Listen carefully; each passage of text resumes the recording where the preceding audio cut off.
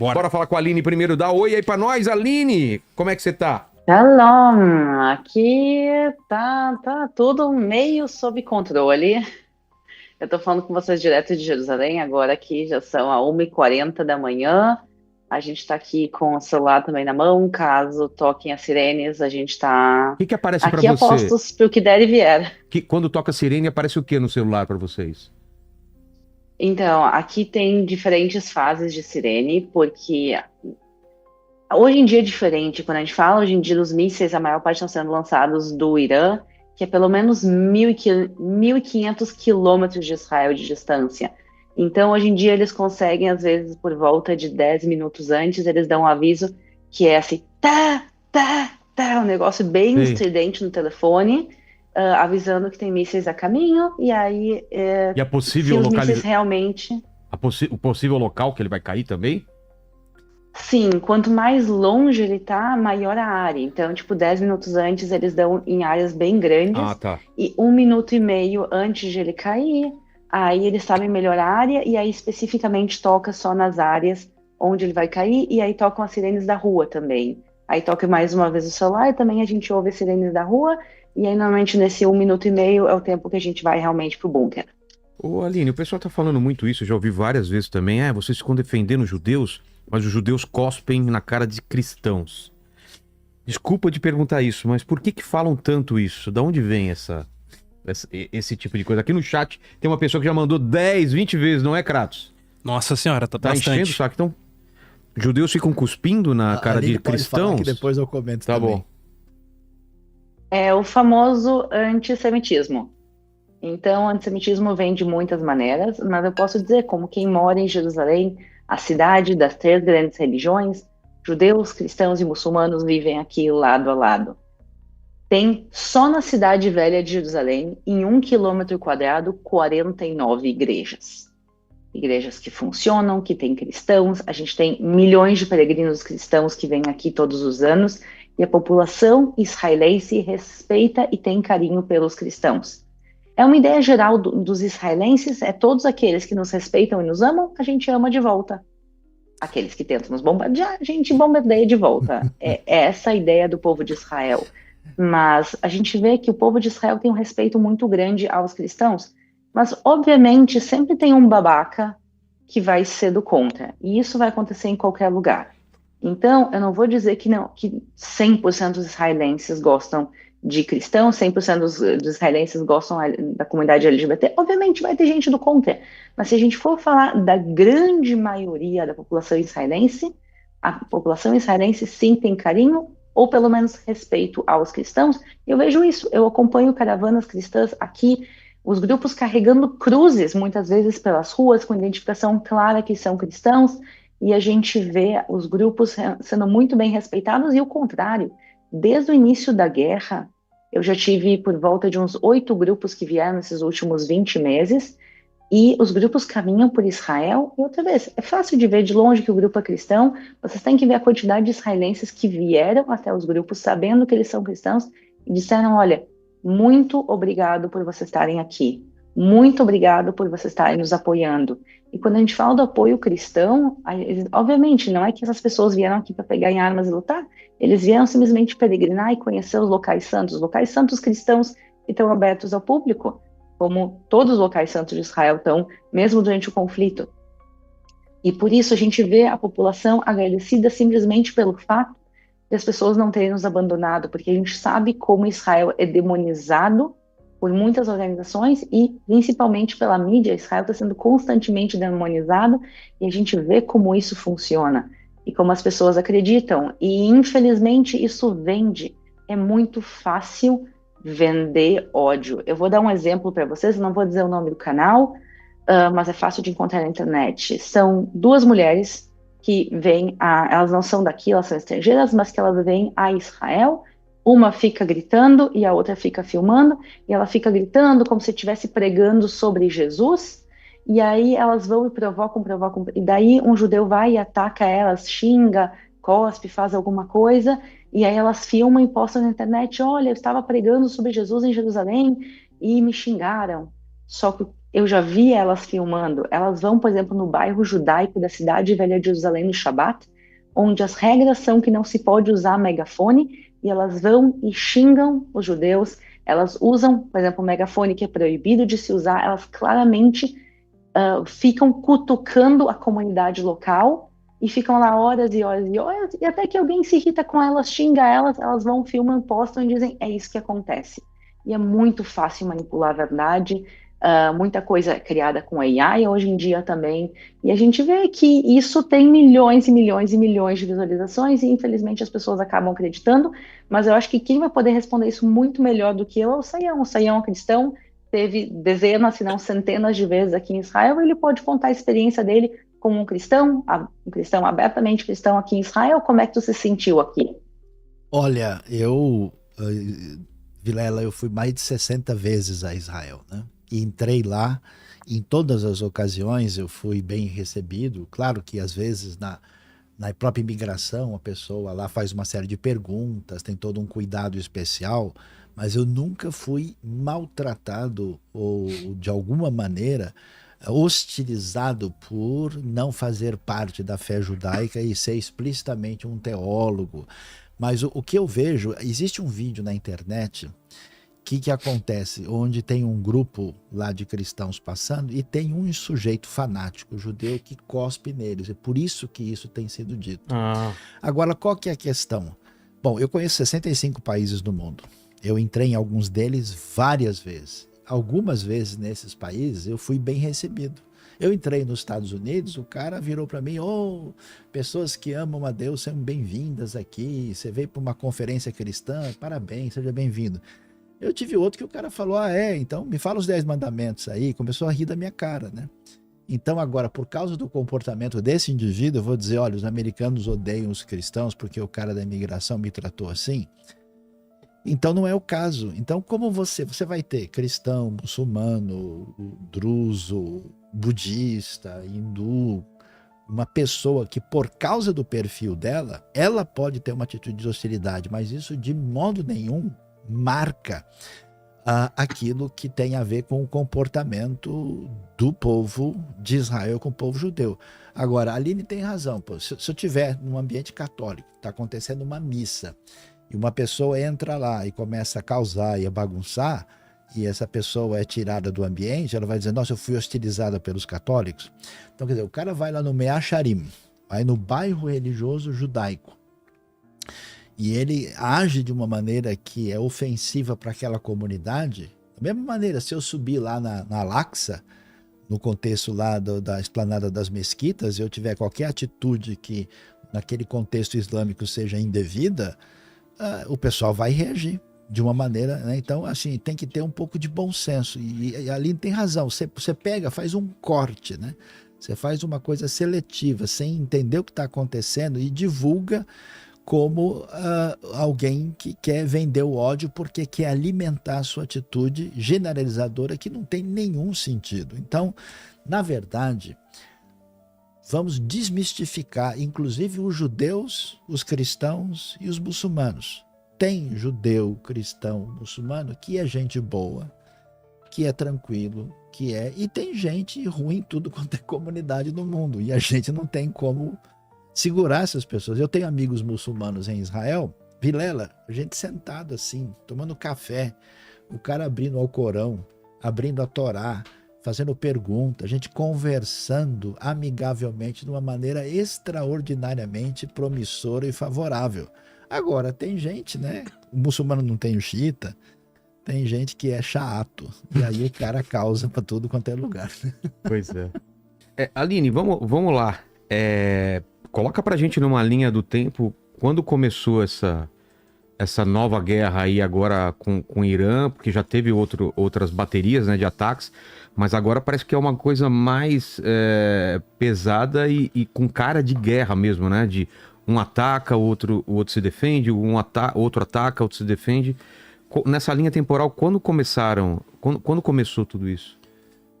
Então, se a gente for falar só dos últimos acontecimentos, realmente tudo começou na quinta-feira passada, na madrugada, na realidade, na madrugada de quinta para sexta, às 3 da manhã do horário de Israel. justamente também o governo de Israel começou a atacar o Irã e também tocaram as sirenes em toda Israel para avisar que tinha começado uma nova guerra. Então, aí começaram os ataques, mas os ataques de Israel ao Irã, eles são ataques muito localizados a instalações militares e nucleares, porque essa guerra não começou agora na quinta-feira, essa guerra começou há 46 anos atrás, quando esse governo terrorista assumiu o governo do Irã, e eles realmente, desde então, buscam a destruição de Israel, e foi uma questão de ondas e vindas, indas e vindas. Então, a gente viu no ano passado o Irã bombardeando Israel 2 vezes, em abril e outubro. Então, quer dizer, é uma coisa que já vem de muitos e muitos anos, mas se intensificou de uma maneira exponencial desde a última madrugada de quinta para sexta, quando Israel realmente começou a bombardear instalações militares nucleares no Irã, e aí também o Irã começou a lançar baterias de mísseis balísticos contra Israel e drones também. E não é recente esse conflito, né? Explica direito pra gente, tá muito longe, mas Irã sempre usou o chamado proxy war, né? Usava de grupos terroristas para atacar Israel. E poucas são as vezes que foi uma guerra assim tão direta, Israel e Irã. Normalmente ele se escondia atrás de grupos que faziam trabalho sujo para eles, é isso? Exatamente, quer dizer, o objetivo do governo do Irã, e isso não é da população iraniana, é muito importante diferenciar os dois, mas o objetivo do governo do Irã é destruir Israel. Eles já falaram isso muitas vezes, abertamente, dá para buscar isso na internet. Eles disseram, a gente vai destruir Israel. A questão é que Israel tem um exército extremamente forte. Se tu ataca Israel, Israel pode revidar. Foi exatamente o que está acontecendo agora. Durante 46 anos, o Irã nunca tinha atacado diretamente Israel, por isso Israel também nunca tinha revidado diretamente.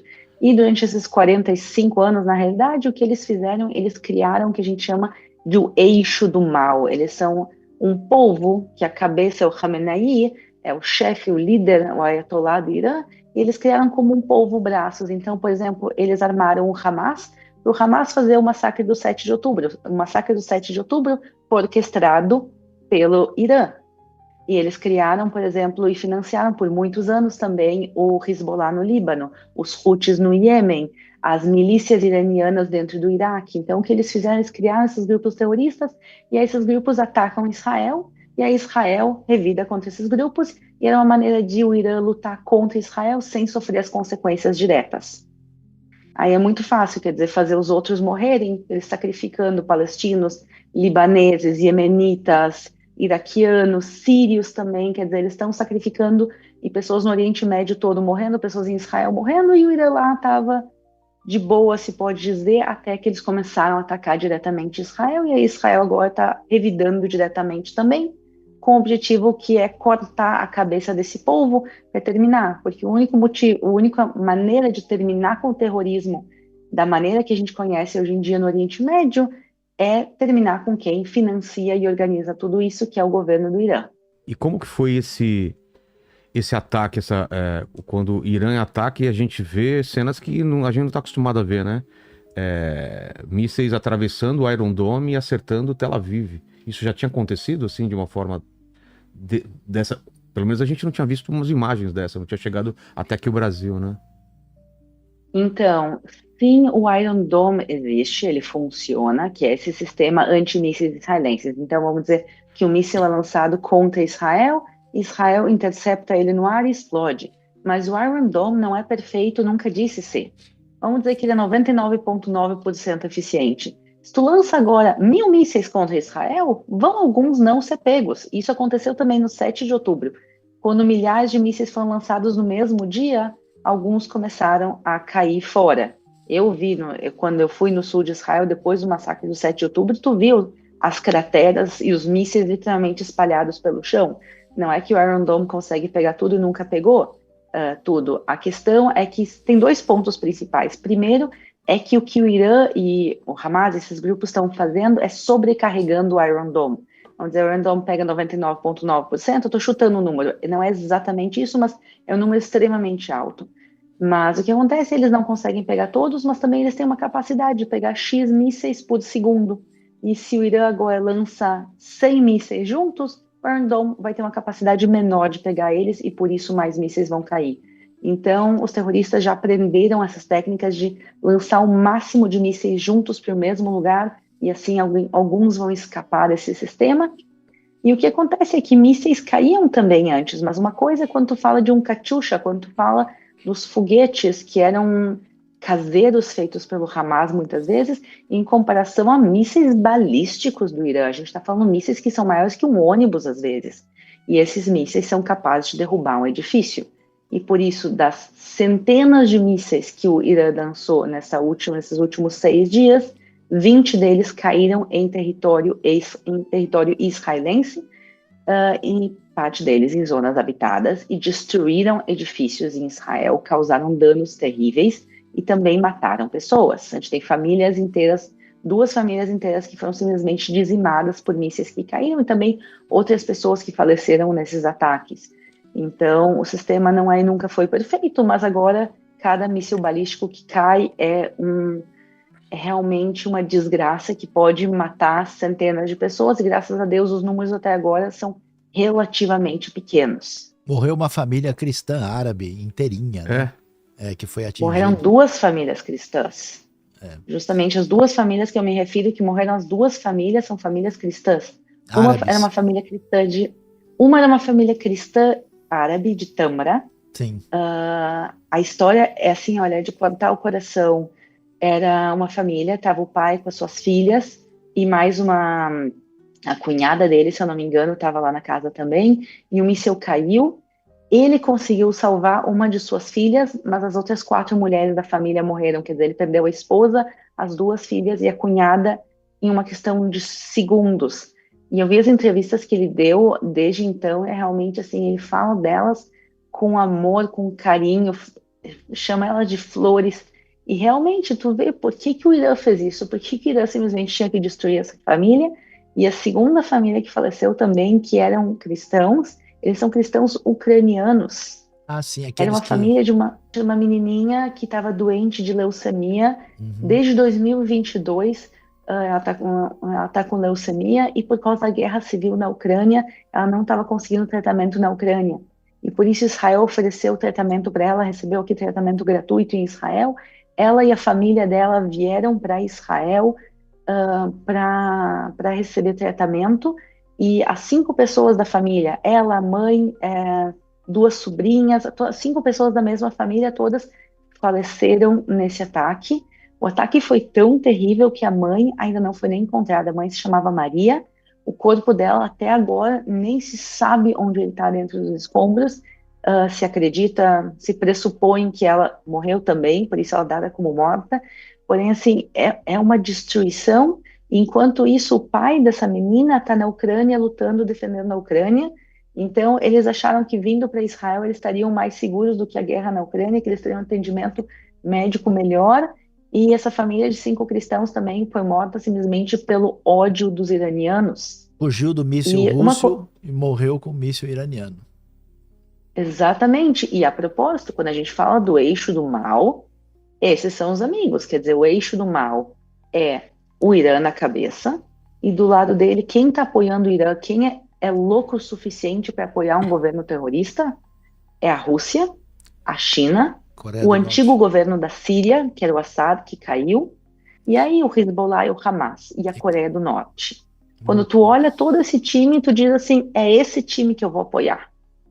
E por isso eu fico tão frustrada com as pessoas que tentam apoiar o governo iraniano e não a população iraniana, porque tu olha o eixo do mal e as pessoas não se dão conta que assim, tu tá torcendo pelo eixo do mal, e justamente eles fugiram da Rússia, que é parte desse mesmo eixo, para vir para Israel, para ser atacado pelo aliado da Rússia, que é o Irã, e acabar falecendo aqui.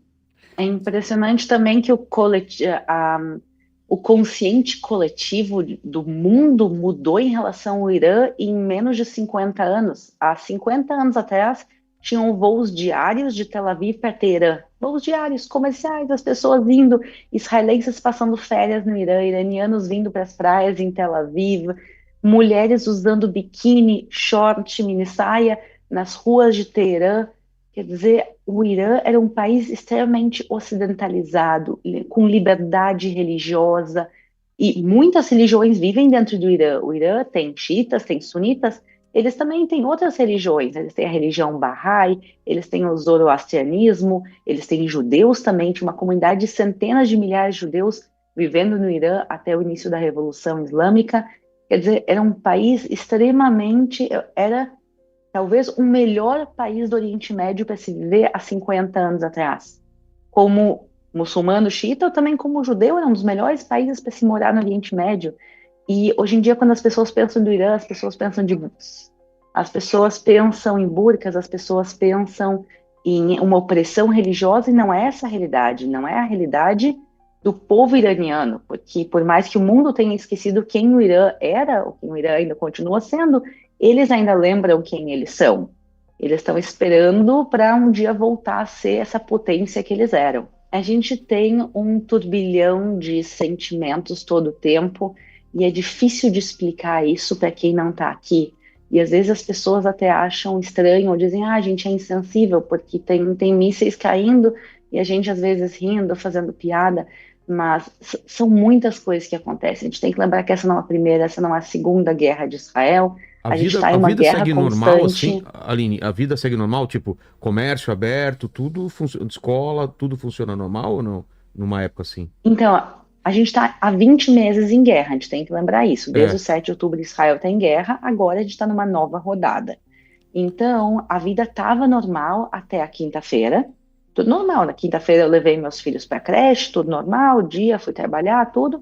E aí, quando Israel atacou o Irã, o governo não sabia como o Irã ia retaliar. E aí o governo mandou fechar tudo. Só serviços essenciais funcionavam. Então, o supermercado está aberto, os ônibus estão funcionando, hospitais, tudo que é essencial, mas tudo que não é essencial fechou. Escritórios, escolas, creches, então, tudo que não é essencial fechou, mas por uma questão preventiva, e justamente há poucas horas atrás, o governo anunciou que agora eles estão voltando a algumas medidas como eram antes. Então, a partir de amanhã já se pode trabalhar até em lugares que tem bunker acessível. Então, assim, se está começando já a liberar a volta à normalidade. Então, apesar da guerra continuar, Israel é um povo extremamente resiliente. E eu estava ouvindo as notícias de Israel antes de a gente entrar ao vivo, e uma coisa que eu ouvi é que, assim, apitou por volta da 00:30 aqui, horário local, tocou o aviso que estavam vindo mísseis do Irã, e eu estava ouvindo as notícias, onde é que está indo, onde é que está se tocando sirene, não sei o quê, e daí eles foram só 5 mísseis balísticos. Foi pouca coisa, não foi tanto, né? E eles falando de 5 mísseis balísticos, que cada míssil balístico pode destruir um edifício, mas eles falando de 5 mísseis balísticos, como está sendo bem menos do que era, será que está terminando os mísseis do Irã, por que eles estão lançando tão pouco? Quer dizer, é uma realidade completamente louca que a gente vive. Então, por um lado, a população sim aprendeu a se defender. Então, quando toca a sirene, todo mundo, das crianças pequenas, aos adultos, aos idosos, todo mundo sabe, vai para o bunker, se protege, porque a vida é o mais importante que a gente tem. Israel investe bilhões de dólares por ano na proteção da sua população, e a gente usa isso, do Iron Dome, dos bunkers, de todo o sistema de avisos por celular, tudo que a gente usa, mas por outro lado a gente se acostumou a uma nova realidade também, e a gente tem que manter a nossa moral, no sentido de que se cada vez que tocar uma sirene, a gente sentar no chão e começar a chorar e se desesperar, Israel vai terminar. Esse é o objetivo do terrorismo. O Irã, o Hamas, o Hezbollah, todo mundo aqui no Oriente Médio sabe que Israel não vai ser destruída à força. Eles podem tentar. Israel tem um dos melhores exércitos do mundo, e Israel está provando isso agora no Irã. Nosso exército é capaz. Mas eles tentam, por que eles jogam sempre de madrugada? Para nos perturbar, para acordar, para justamente criar esse caos, e justamente a gente não se desesperar. E sim, quando toca a sirene, a gente pega os nossos filhos, a gente está atentos, a gente vai, mas a gente senta no bunker e conversa com os vizinhos. Tem no bunker se colocou um monte de joguinhos para as crianças poderem brincar. Então tudo isso é parte da resiliência do povo de Israel, e por isso, de uma certa maneira, a gente consegue falar com uma normalidade, até às vezes com um sorriso no rosto, sobre o que está acontecendo. E para quem tá fora às vezes soa estranho. O Ale Barbosa, ele fala assim: Aline, você acha que tudo isso que está acontecendo alinha-se com a profecia da Torá e os judeus estão mudando a forma de pensar e começando a reconhecer Jesus como um Messias? Poxa, olha a pedrada agora. Olha, Ali não vai dizer o Saião responde essa aí, né? Vai com você, saiu. Não, primeira linha, depois saiu. eu vou jogar pro Sayão. Não, olha, se eu puder falar o seguinte, a gente tá vendo muitas e muitas coisas acontecendo. Israel, como eu falei, está acostumada a guerras. Mas talvez o que mais esteja surpreendendo a gente, que mostre que alguma coisa diferente está acontecendo agora, não é o que está acontecendo no Oriente Médio, é o que está acontecendo lá de fora. Porque a gente sabe, 50 anos o Irã quer destruir a gente. Ok, a gente está acostumado a isso, a gente está acostumado a ter essas organizações terroristas lutando contra Israel. Mas o que está acontecendo desde o 7 de outubro, que é uma coisa completamente inesperada, na minha opinião, é a inversão de valores. Eu acho que talvez seja essa a melhor maneira, a inversão de valores. A gente vê, por exemplo, mulheres que estão vestidas de mini short, mini saia, vestidas de maneira ocidental, levantando cartazes apoiando o Irã. Se essas mesmas mulheres estivessem no Irã, elas estariam apanhando, elas estariam na prisão. A gente vê Queers for Palestine, a gente vê o movimento LGBT a favor da Palestina e do Hamas. O Hamas tem pena de morte para a comunidade LGBT, LGBTs tem a pena de morte a tirar de edifícios altos, a pessoa morre caindo no precipício. E a gente vê isso, quer dizer, algumas comunidades cristãs específicas apoiando organizações que pregam a morte aos cristãos. E é isso que eu não entendo, é isso que me chama a atenção.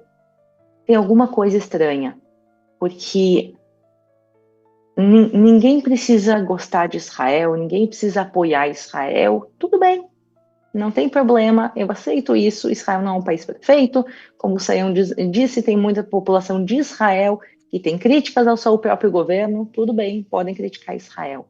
Mas o que me chama a atenção são pessoas apoiando organizações que querem a morte delas. Uma pessoa LGBT apoiando o Hamas não faz sentido. Uma mulher ocidental, não radical, apoiando teocracias islâmicas que tiram qualquer liberdade às mulheres, a gente está vendo isso e isso me chama a atenção e isso para mim aponta que a gente está vivendo num momento diferente da história. Eu acho que é importante a gente dizer, né, para a Aline, para vocês todos aqui, para o pessoal que nos acompanha, o pessoal aceitando ou não, judeus e cristãos são irmãos. A gente bebe de uma mesma fonte. Nós temos valores daquilo que a gente chama de mundo judaico-cristão, que são valores morais, a fé num Deus único, num Deus que age na história, que iluminou certas pessoas para trazer um caminho que mudasse o destino do ser humano na sua relação consigo mesmo, com o próximo e com Deus. Claro que existem feridas na história na relação das duas comunidades, mas tanto em relação ao passado, inclusive com relação ao futuro, a gente compartilha as mesmas coisas. A gente tem uma esperança messiânica, a gente quer o que os judeus chamam de tikkun olam, que o mundo seja melhor. Os cristãos vão dizer que eles querem o reino de Deus implantado. A gente tem uma diferença messiânica, né? Então eu gosto de resumir assim, ou o Messias vai chegar ou ele vai voltar, mas no fim ele vai estar aqui e nós esperamos, né, que o ser Shalom bin Romav, né, o Yasser Shalom Aleinu, aquele que faz a paz nas alturas vai trazer a paz sobre nós. E o que eu acho, falando com sinceridade com a Aline e com vocês, é que assim, como é que pode uma fé de uma comunidade cuja referência maior é Yeshua, é Jesus, que é judeu, com todos os profetas, inclusive os autores bíblicos do Novo Testamento, serem judeus, definir um ódio contra a sua própria raiz? É uma coisa que para mim não faz sentido. Então eu acho que existe uma grande parte da cristandade que está desconectada da raiz oficial, fundamental, porque não faz sentido uma coisa dessa.